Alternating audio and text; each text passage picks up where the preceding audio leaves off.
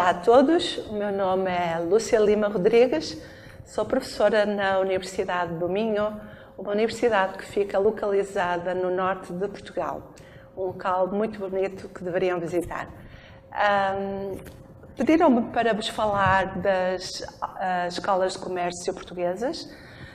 Eu irei dar um destaque especial à Escola de Lisboa pela importância que teve e por ser precursora. A questão que se coloca é como surgiu a Escola de Comércio de Lisboa, escola que é considerada como a primeira escola de comércio financiada pelo Estado. Para percebermos o surgimento desta escola, deveremos contextualizar-nos no iluminismo português.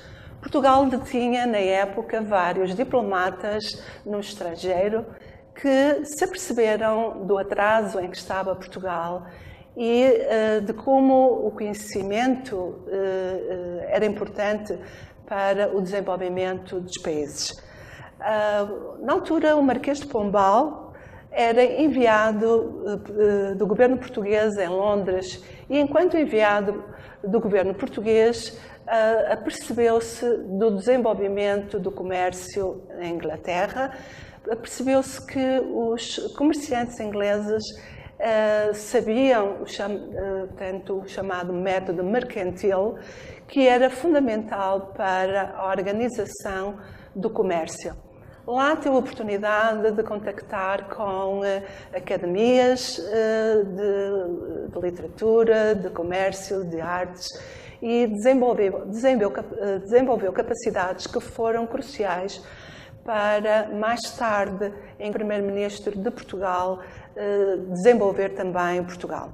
De facto, o Marquês de Pombal é considerado uma figura proeminente na história portuguesa e os conhecimentos que adquiriu enquanto enviado especial de Portugal em diferentes cortes, nomeadamente em Londres, foram cruciais para desenvolver Portugal.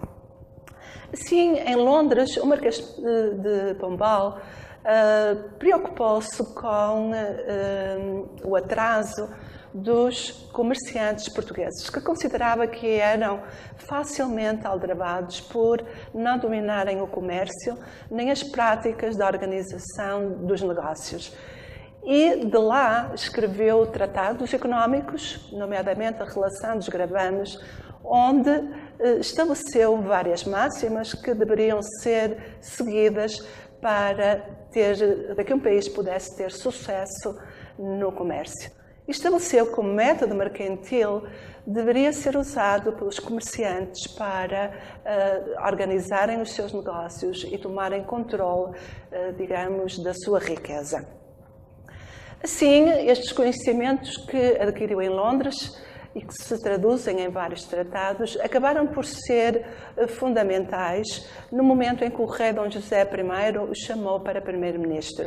A escola acabou por aparecer em 1759, digamos, 11 anos mais tarde, mas poderíamos dizer que o programa estava traçado na cabeça do Marquês de Pombal desde o momento em que estudou em Londres, digamos, o programa de uma aula de comércio e estipulou lá aquilo que os comerciantes deveriam aprender.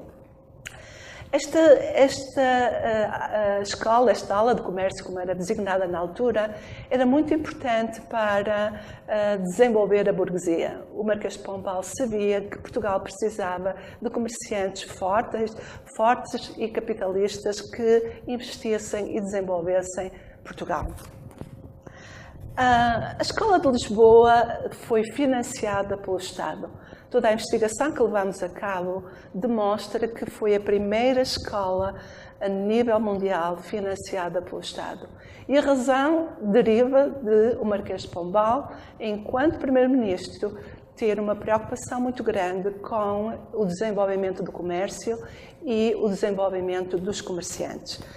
Mais tarde, outras escolas apareceram na Europa, o que significa que, idênticas a estas, o que significa que esta escola acabou por servir de exemplo a outras escolas que apareceram, nomeadamente em Espanha e em França. Também em Portugal, no início do século XIX, apareceram outras escolas, como a Escola do Porto e a Escola de Faro, no Algarve. E mais tarde, quando a corte teve que fugir de Lisboa para o Rio de Janeiro com a invasão, com as invasões francesas no tempo de 1808, por volta de 1808 e 1809, portanto, a corte portuguesa teve que se deslocar de Lisboa para o Brasil.